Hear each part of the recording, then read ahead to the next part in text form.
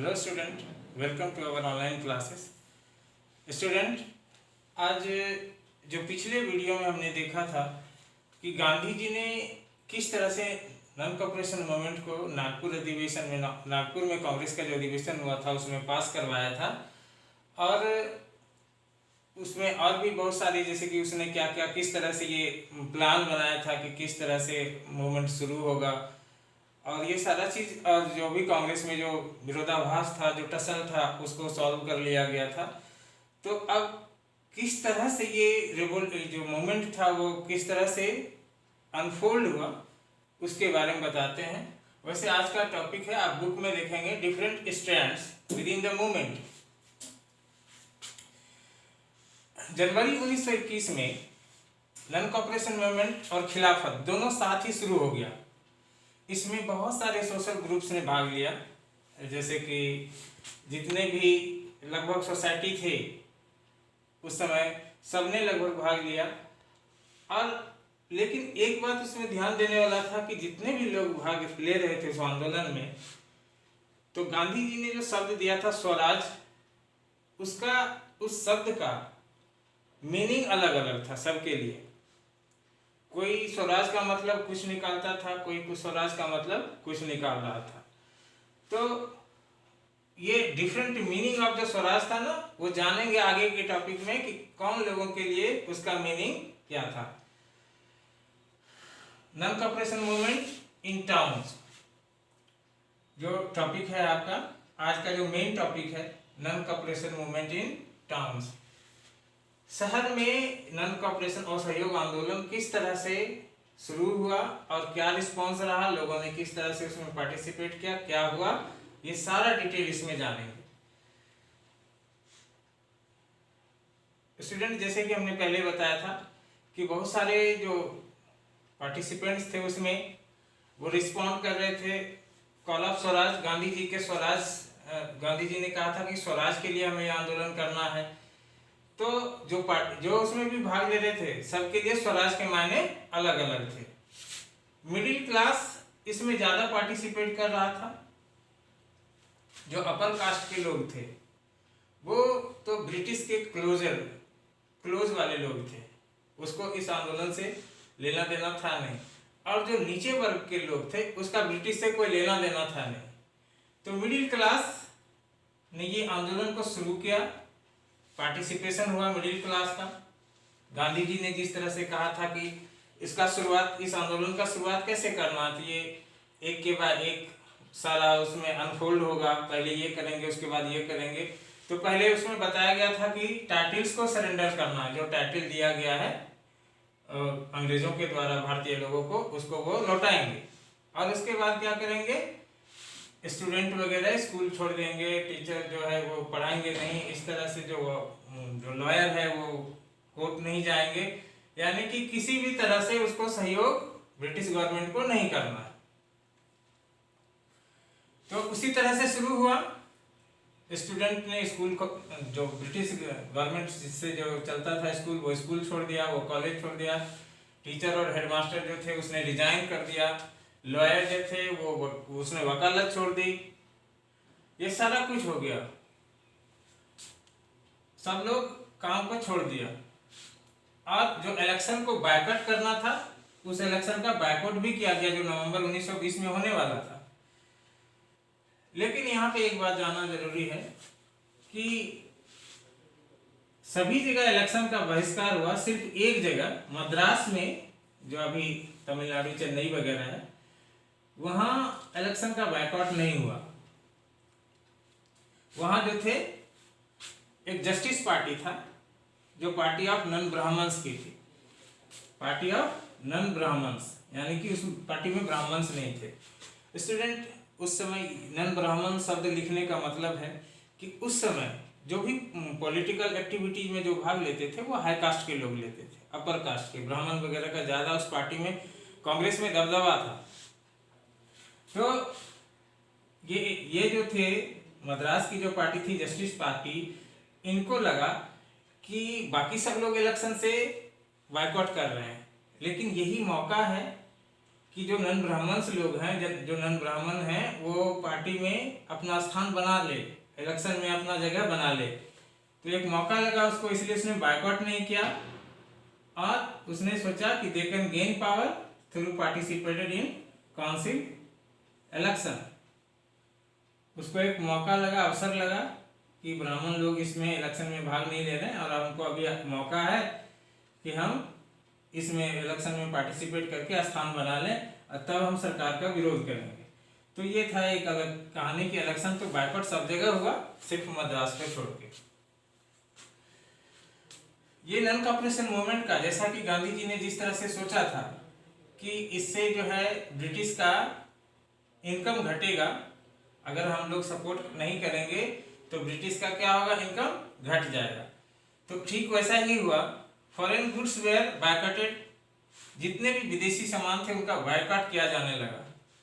शराब की जो दुकानें थी, विदेशी शराब की दुकान, उसे पिकेटेड किया गया। पिकेटेड का मतलब कि जो इंटेरेंस होता है शॉप वगैरह का, वहां पे धरना दे देना, उसको उन इंटेरेंस को ब्लॉक कर देना।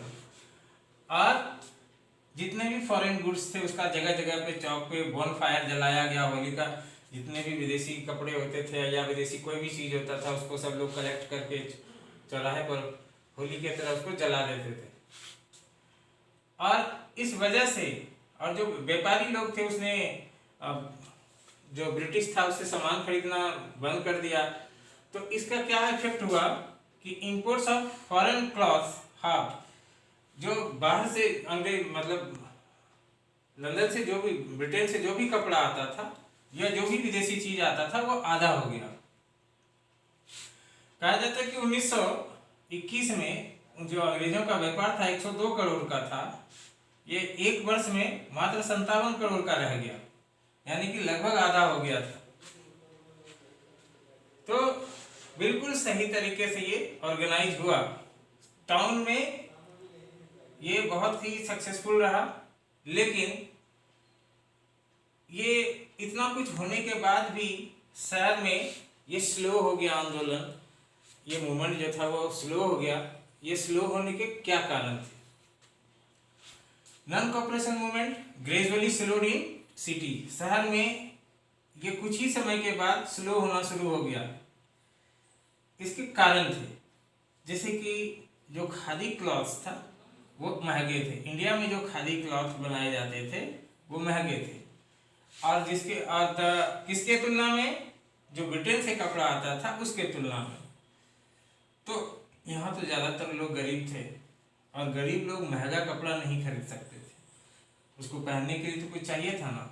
तो उसने क्या किया कि ये ज़्यादा समय तक इसको मेंटेन नहीं कर सके, क्योंकि उसके पास कपड़ा खरीदने के लिए पैसा, खादी कपड़ा खरीदने के लिए पैसा नहीं था। जो इंडिजीनियस थे, स्वदेशी जो खादी कपड़ा था वो महंगा होने के कारण गरीब नहीं खरीद सकते थे। इस वजह से अब कुछ समय बाद जो लोग थे उसने खुद ही अंग्रेजी कपड़ा खरीदना शुरू कर दिया। पहला तो यहाँ असफल हो गया। दूसरा, absence of alternative Indian institution, जो जिसने कि स्कूल कॉलेज छोड़ा था, वकालत छोड़ी थी जिसने, उसको कोई काम नहीं था। ठीक है, उसको कोई काम नहीं था तो वो घर में कितना दिन बैठा रहा था। अच्छा तो ये होता, ये मूवमेंट और सक्सेसफुल कब होता जबकि अल्टरनेटिव इंस्टीट्यूशन होता, कि वहां से काम छोड़ा, ब्रिटिश का काम छोड़ा, इंडियन इंस्टीट्यूशन में उसने ज्वाइन कर दिया। कम भी पैसा मिलता तो लोग सरवाइव कर जाते और यह आंदोलन सक्सेसफुल हो जाता। लेकिन अल्टरनेटिव इंस्टीट्यूशन नहीं होने के कारण जो भी बच्चे स्कूल छोड़े थे, जिसने कॉलेज छोड़ा था, या टीचर ने जो वो स्कूल कॉलेज से रिजाइन किया था, वो फिर से जाके ज्वाइन कर लिए। हालांकि इस समय मदन मोहन मालवीय ने अल्टरनेटिव इंस्टीट्यूशन खोलने का प्रयास किया। BHU, जिसका नाम अभी विश्व हिंदू परिषद बनारस में जो है ना, ये उसी समय खोला गया था अल्टरनेटिव के लिए, लेकिन तब तक काफी देर हो चुका था, उस समय वो शुरू ही हुआ था। और अब ये सब वजह से लोगों को परेशानी होने लगी और उसने जिस संस्था को छोड़ा था फिर जाके वहां ज्वाइन कर लिया। ठीक है, तो ये था कि शहर में क्या स्थिति रही नन कॉर्पोरेशन मूवमेंट का, non cooperation movement in town. अब है कि हम देखेंगे कि non cooperation movement in countryside, गाँव में क्या स्थिति रही। जो शहर में तो जिस तरह से था वो शुरू हो गया, जैसा गांधी जी ने जिस तरह से कहा था उस तरह से वो लगभग उसी तरह से हुआ। लेकिन कंट्री साइड में भी, रूरल एरियाज में भी ये आंदोलन हुआ, क्योंकि गांधी जी और शौकत अली बहुत जगह घूमे थे, लोगों को बताया था इसके बारे में। ये शुरुआत हुआ गांव में इन अवध, अवध उत्तर प्रदेश में है अवध। बाबा रामचंद्र नाम के व्यक्ति थे जो एक इंडेंचर्ड लेबर थे, है ना। ये बताते कि इंडेंचर्ड लेबर क्या होता है, कि पहले कॉलोनियल पीरियड में अंग्रेज भारतीय लोगों को जहाँ जहाँ उसके कॉलोनी थे ना, और जैसे कि फिजी वगैरह, इंडोनेशिया, श्रीलंका वगैरह, बहुत सारा जगह, मलेशिया, मालदीव वगैरह, जहाँ पर भी उनके बागान वगैरह थे, यहाँ से इंडिया से लेबर को ले जाते थे वहाँ पे काम करवाने के लिए। और वो जिसे ऐसे इंडेंचर्ड लेबर को गिरमिटिया मजदूर या बंधुआ, बॉन्डेड लेबर कहते हैं, है ना। बॉन्डेड लेबर होता था जिनका कॉन्ट्रैक्ट बनता था। ये इसके बारे में और डिटेल से अगले एक चैप्टर है इसमें पढ़ेंगे। तो ये रामचंद्र, बाबा रामचंद्र जो है ना, वो इंडेंचर्ड लेबर थे और फिजी से ये आए थे। फिजी एक देश, छोटा सा आइलैंड देश है। और इन्होंने इस आंदोलन को, गांव में इस आंदोलन को, नॉन कॉपरेशन मूवमेंट को लीड किया अगेंस्ट द। लेकिन यहाँ पे गांव में क्या हुआ कि जो आंदोलन यहाँ पे देखिए कि अंग्रेज के खिलाफ था, शहर में ये सीधे सीधे अंग्रेज के अगेंस्ट में था। लेकिन यहाँ पे थोड़ा अंतर है, गांव में जो नॉन कॉपरेशन मूवमेंट हुआ उसमें थोड़ा अंतर है। अंतर ये है कि यहाँ ब्रिटिश के अगेंस्ट आंदोलन नहीं था, यहाँ था तालुकदार एंड लैंडलॉर्ड के अगेंस्ट में। जो बड़े बड़े तालुकदार थे, तहसीलदार वगैरह थे और जमींदार, इनके अगेंस्ट में यह आंदोलन चल रहा था, यहाँ ब्रिटिश के अगेंस्ट में नहीं था। क्योंकि जो गांव के लोग थे वो जमींदार से और तालुकदार से परेशान थे, क्योंकि वो हमेशा जो हाई रेंट, जो जमीन वो किसानों को देते थे उससे हाई रेंट वसूलते थे। इससे गांव के लोग तालुकदार, जमींदार से परेशान थे और ये इसी के खिलाफ इस नॉन कॉपरेशन मूवमेंट, स्वराज का जो मतलब है इनके लिए था कि तालुकदार और लैंडलॉर्ड से आजादी। Peasant movement demanded the reduction of revenue. Peasant का जो आंदोलन था, किसानों का आंदोलन जो था, वो था कि ये रिडक्शन करे, रेवेन्यू जो ज़्यादा था उसको कम करे, बेगार का एबोलिशन हो, यानी कि बेगार जो बेगारी करवाते थे जमींदार लोग अपने खेतों में, किसानों से फ्री में काम करवाते थे बंधुआ मजदूर के तरह, वो बंद हो। और जो जमींदार हैं उसका सोशल बायकॉट हो। नाई धोबी बंद है, जो है ना, नाई जो बाल, जो हेयर कटिंग करते हैं, धोबी, वॉशरमैन, ये सब जो फ्री में जो सर्विस देते थे लैंडलॉर्ड्स को, ये सर्विस गांव के किसानों ने कहा कि ये सब काम तुम लोग नहीं करोगे, जमींदार का कोई सर्विस सेवा नहीं करेगा। ठीक है, तो यहाँ तो इतना तो समझ गए किस तरह से क्या हुआ। ठीक है, स्टूडेंट बताए थे कि जिस तरह से कि अवध, ये बाबा रामचंद्र ने वहाँ पे पीजेंट आंदोलन को लीड किया, उसी तरह से एक अवध किसान सभा का स्थापना किया गया था, setup by Jawaharlal Nehru and Baba Ramchandra के द्वारा, जून 1920 में। इसके एक साल बाद ही ये मूवमेंट शुरू हुआ था 1921 में। तो 1920 में अवध किसान सभा बनाया गया था, जवाहरलाल नेहरू और बाबा रामचंद्र और बहुत सारे और कुछ लोग थे। एक महीने के अंदर ही ये किसान सभा का जो है 300 ब्रांचेस बन गया था। बहुत सारे जो आसपास के किसान थे सब इसके मेंबर बनने लगे थे। लेकिन जब ये आंदोलन 1921 में जब शुरू हुआ नॉन कॉपरेशन मूवमेंट, तो कांग्रेस ने, जो भारतीय राष्ट्रीय कांग्रेस थी, उसने सोचा कि ये जो किसान सभा है ना, इसको भी इस आंदोलन में मर्ज कर दें, ताकि आंदोलन जो है वो वाइड स्प्रेड हो और से सभी लोगों को इसमें इन्वॉल्व कर दें। लेकिन जिस तरह से किसानों ने वहाँ पे अपना रिएक्शन दिया या जिस तरह से पार्टिसिपेट किया इस मूवमेंट में, उससे कांग्रेस के जो लोग थे वो बहुत अनहैप्पी हो गए। कांग्रेसमैन क्या हो गए? अनहैप्पी हो गए क्या कारण था अनहैप्पी होने का, कि जिस रूप में किसानों ने इस मूवमेंट में पार्टिसिपेट किया वो गलत था। उसने क्या किया, उसने वायलेंस का रास्ता अख्तियार कर लिया, हिंसा का रास्ता चुन लिया, क्योंकि गांधी जी एकदम इसके सख्त खिलाफ थे कि हिंसा कहीं भी नहीं होगा।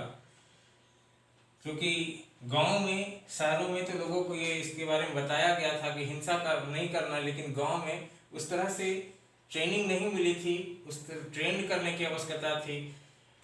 गांव में वो वही हुआ, ट्रेंड नहीं होने के कारण वो लोग वायलेंस करने लगे। उसने तालुकदार के घरों पर, मर्चेंट्स के घरों पर अटैक कर दिया, बाजार को लूट लिया, और जहाँ जहाँ भी अनाज वगैरह रखे हुए थे सबको लूट लिया।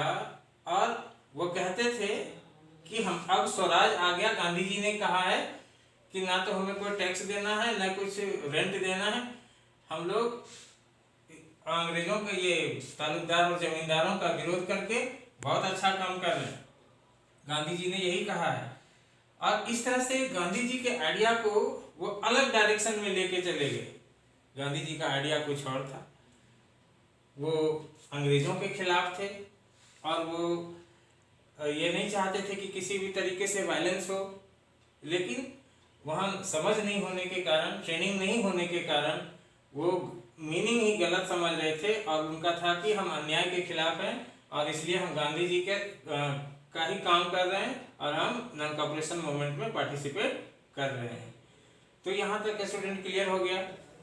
नेक्स्ट वीडियो में हम लोग देखेंगे, जो नेक्स्ट टॉपिक होगा आपका पार्टिसिपेशन ऑफ ट्राइबल्स। आदिवासियों ने इस आंदोलन में किस तरह से भाग लिया, और स्वराज इन प्लांटेशन, जो अंग्रेजों के जो बागान वगैरह थे जहाँ पर कि लोग काम करते थे इंडिया में, उनके लिए स्वराज शब्द के मायने क्या थे, उसने किस तरह से पार्टिसिपेट किया, और ट्राइबल्स लोगों ने किस तरह से पार्टिसिपेट किया, ये नेक्स्ट वीडियो में देखेंगे। स्टूडेंट,